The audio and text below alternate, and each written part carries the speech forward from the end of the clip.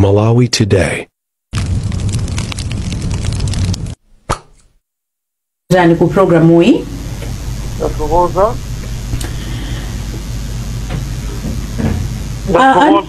Anthony Masamba anadzuka mnyumba ya malamulo kulankhula ndithu nkhani kuti banji titaunikanso kupanga cut ma benefits athu ngati aphungu a nyumba ya malamulo ma allowances amene timalandira komanso salary kuti kuwawa kumene amalawi akumveku nafenso timve nawo tikaona ma benefits iwo amene tafufuza mukufufuza kwathu taona kuti ma MP amakhala ndi ma allowance, house allowance, security allowance, utility allowance, fuel allowance, drivers pamene amakhala ndi allowances kuphatikizapo salary. Yes, timafuna titadziwa kuti kodi zimene anakamba Masambazi munayankhula kuti ngati mufuna zimenezo mubweretse. Is it, you say, the motion mu parliament muno kuti the private members motion to move the house. Ndeti mafuna mutifotokozere bwino kuti kodi zimatani phungu akalankhula motero kuti zinthuzo zichitikedi zimenereka kudutsa mu ndondomeko yotani kuti mpaka nazifike pokhazikika kuti izidi zakhazikika tikweneka titere. Chamba anabweretsa nyumba ija the private member. Honorable Anthony Masamba, in our language of parliament, he is a private member, and him being a private member, he was guided. Chido chair, pamene paja kunali kumuchita guide kuti if you are really genuine kuti ukufuna tikhale mbali imodzi ndi Malawi titungofuna kuti ungonena zithele pomwepo ya tikoza kukupasa zipepala zoti ukabwerese motion iyo izanyamula nyumba ija kuyiuza kuti akuluakulu Amalawi akuvutika, Amalawi tikapasa misonkho yochuluka ndicholinga choti tonse tichite contribute kumphawiwo ifenso ngati nyumba ya malamulo tifuna tikambirane lero ndicholinga choti privileges act or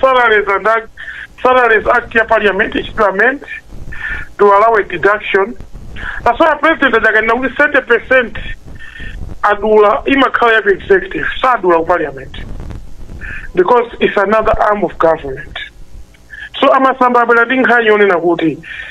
ndikuona ngati nafeso tilile nda Malawi ndipo ndinagwizana kuti nawavumera ndipo ndinawauza zoti iwo wabweredi motion tinawaphunzitsa ma MP osaja imene angalembere motion koma so tili ndi department yonse ku parliament imene imapanga mabilu ma motion kuti thandizira ndiwo achadabwesa nkhani yawo ija sinayenera kungofa faka nakhala kuti tawaphera ufulu wawo mchizungu cha ku parliament ndi kuti amuchita gadi ngoza kuona kuti nyumba ija inali yogawanikana kwambiri ena amasapota ena amaoneka kuti sakugwirizana nazo koma ndinawapasa mwaya Masamba kuti Masamba tabwera mutenge zipepala zoyenera kuti mupange motion imene ija payo kasinga ngobuse imene ibwere ka bill ka private members bill kakang'ono mwina just 2 clauses or 3 clauses ya bill yesikhala bill ya Itali ikhala ngati bill yadusa ya CDF ma clause awiri yeniyeni koma general constitutional amendment pamene iyi ndi bill yaing'ono kwambiri ikhala yongokamba za lamulo lokhuzana ndi zimene ma MP amapanga amapeza akafika ku nyumba ya malamulo ndipo ndinawalangiza ndipo ndinamenya hamala ndi chikhulupiriro kuti Masamba apita pasogolo ndi nkhani yawo ndipo apanga zimene anapemphazo kuti abwerese lamulo ku nyumba kuja lopempha nyumba ija kuti a Minister of Finance achose zimene ma MP amapindula kumene kuja cholinga choti zipite kwa Malawi kuti zipindulire Malawi naliyese komanso kuti tilire limodzi nda Malawi chifukwa maganizo awo amamveka choncho. Chabwino mwina mutaalangiza moteromo chilipo chilichonse chimene chinachitika kapena adakali ndi nthawi kuti akhoza kuchita zimenezo? Nthawi adakali nayo koma sinangalamulo lija la misonkho linadusa ndipo napofaniza kuti zimene ananena zichana serious ngati muone nkhope yawo imene amaonekera anali ndinawapasa nthawi sinachite disturb chifukwa chena kuti MP akazuka ife ma presiding officers ma speakers timaona munthu kuti akupanga zocheza kapena ali serious ndeti sana mususe ti kapena kuyankha timamudikira kaye ndaja tinawapasa nthawi yokwanira kuti alongosole zimene akufuna chifukwa iwaja ndi MP wanyuwani koma akudandaula kuti Amalawi tikuwakwezera misonkho bwanji mmalo mwakwezera Malawi ifeso tidulidwe aphungu a nyumba ya malamulo then napasa nthawi ali nayo koma amayenera kupanga zinthu mwachangu ngati liganizo lawo lili limenelo anayenera kupita ku office kwathu kumeneka kumene makaliki athu apase fomu ya motion yoti alembe motion yawo sipiri yali itali mizera mwina itatu yokha komanso savutika kusakasaka lamulo chifukwa tili ndi department yonse imene wasakire kuti lamulo lake loyenera kusintha ndiliti loyenera kuchita amending ndipati akanalemba kameneko tikatha kupezeka kuti sipena analemba ananena lija pa private members lachinayi lake tikanatha kudusisa lamulo limenelo akanakhala kuti iwo alemba koma ngati akulemba tiwapemphe kuti apange machawi kuti chinthucho chibwere February uno aphungu akamakumana ku nyumba ya malamulo pa nkhani ya budget chifukwa ndi ganizo la iwowo phungu aliyense ali ndi ufulu wake tizaone kuti aphungu azayankha mwa mtundu wanji pakuvota pa chinthu chimene amasamba apempha. Chabwino tisanachoke kwa inu timafuna tidziwe kuti allowances amene ali apa sikuti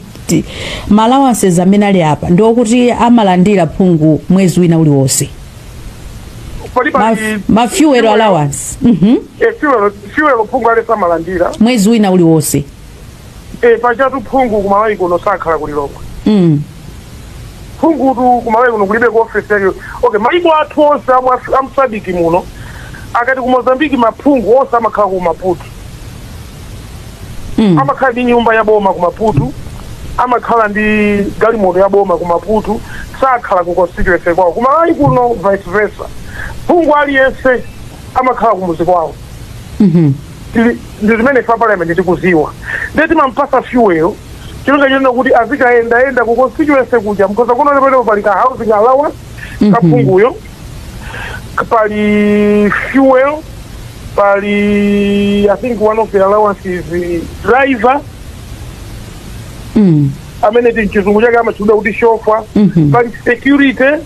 I think yani 100 or 200,000 security allowance ya phungu apa ndili nazo pakuoneka 500 chakuti ngati security allowance sindikudziwa ngati zilizoona izisi koma pali 500 chakuti security allowance no actually imakhala around 200,000 ngati sana ikweze I can assure you koma ilipo security allowance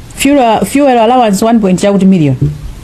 1 million yes 1,200,000 something 1,400,000 something for the 4 months tima apasa ndipo amapasidwa nkhani yake ndi imenezi aphungu akumanyumba ya malamulo akanakhala makhala mulilongwe muno mukaza kuona kuti ine pamene anandisankha speaker sindichitaso benefit zonsezo wa security amandipasa wa security so sindikuyenera kulandira security allowance choti andipasa nyumba kulilongwe sindikuyenera kulandira fuel wopita ku constituency ndi nyumba sindilandiranso allowance yoti parliament ikumana ndi apase na allowance yawo ifa ndili kuti ine ndine resident walilongweso pasi munjira ina parliament yathu ikanakhala imasatira zimene amapanga ngati ku Zambia Zimbabwe ku Mozambique zoti maphungu aja azikhala ndi hostel kuno kulilongwe kapena nyumba imene angasamsule mabanja awo ndikanakhala zophweka kuchita deal ndi democracy yathu ikanakhala yophweka chifukwa aphungu aja amabwera ku Lilongwe kuzangokumana ku committee kuzakumana ku sitting ya parliament ndesi mavuta kuti akakhala kuti tiwasunge kuti ndesi chotina kuti kuwasunga kulibe timapasa ndalama zoti akayang'ane malo ogona akayang'ane zama security yawo koma izi zimachitika mwezi ndi mwezi ndipo ndizoona pochita consume zimene mwafunsa ndekuti inu mmalandira ya ndizo ngati palibe zonsezi apa MP akulandira ndalama yopitirira 4 million pa mwezi inu mulibe allowance onsewa koma mukumvabe kukoma ndekuti speaker first deputy speaker amakhala ndi ya ndizo eti ndiponso ndikanaziwa kuti zimakhala malandiridwe ake amenewa ndikanakhala ku phungu konkuja musaname a first deputy speaker zimene ndikumisa ku phungu kuja sindikulandira nawo mafuta kodi ine ndili ndi galimoto imene ayithira kale mafuta mumayenda ndi kadi kale ya mafuta ngati ndilibe kadi wina wake ali nayo amayithira galimoto ipaliponse pamene ndafuna mafuta ndikanena kuti ndilibe mafuta ndiye kunama wanangu akunena zona Deputy Speaker munena zona moto yanga panopo yolemba para 2 imene mafuta yake imathiridwa ndithu mene imathiridwe ya nduna famujanina kuti nduna azichepesere mafuta sikuti amalandira kashiya koma ali ndi munthu mgalimoto mwawomo ngati ine mgalimoto mwanga ndili ndi wachitetezo ndikuti sisanga ndipasa ndrama yachitetezo chifukwa ali naye kale ndipo amamulipira ndi wa polisi ndili ndi driver chauffeur amandiyendesa ndikuti sindingalandireso ndrama ya chauffeur chifukwa ndili naye kale driver andipasa ndili ndi galimoto ya boma chabwino ndi zingati zimene niyo mumalandira ngati first deputy speaker pa mwezi sinangasalale za mboma aliyese amadziwa kuti grade chakuti zilipo pa internet zanu zingati nanga is ranging from 5 to 6 million kwacha akandidula msonkho ndikuti ndimalandira 4.8 or 4.7 million mwamvatu salary ya first deputy kwambiri kuli allowance kumene kuli allowance nikamafusa fusolo ninaso mufuse kuti kodi asiliwo abungwe aja amalandira ndalama zingati bungwe lake liti lina lili lonse la boma la boma losakhala boma sitingafuse samapanga ndalama oka la boma lina lili lonse la boma mungofusa kuti amalandira ndalama zingati chabwino pasinanga ife aphungu ndikanyama kamene kamadedwa mziko muno osati masewera ayi enafe timangomadedwa sikudedwa ineyo chandisangalatsa nchoti mukuzindikira kuti kuli masiwo aboma amene akulandiranso mosakhala bwino si ntchito yanu yofuna kukonza zimenezo ntchito yokonza salary ya aphungu yamasiwo ni ntchito ya parliament eyitu ndiye muchita bwino parliament muzadana nayo kwambiri ikazafika stage imene yochosa masalary ya wanthu paizachosa wina aliyense salary yake ndilikhulupirira kuti mukudziwa kuti phungu wa nyumba ya malamulo ndi munthu amene anthu amasankha osamamumvetsetsa kasindi kuzowa chifukwa chani chabwino tibwereso kwa inu posachedwa pompa first deputy speaker tibwereso kwa inu posachedwa pompa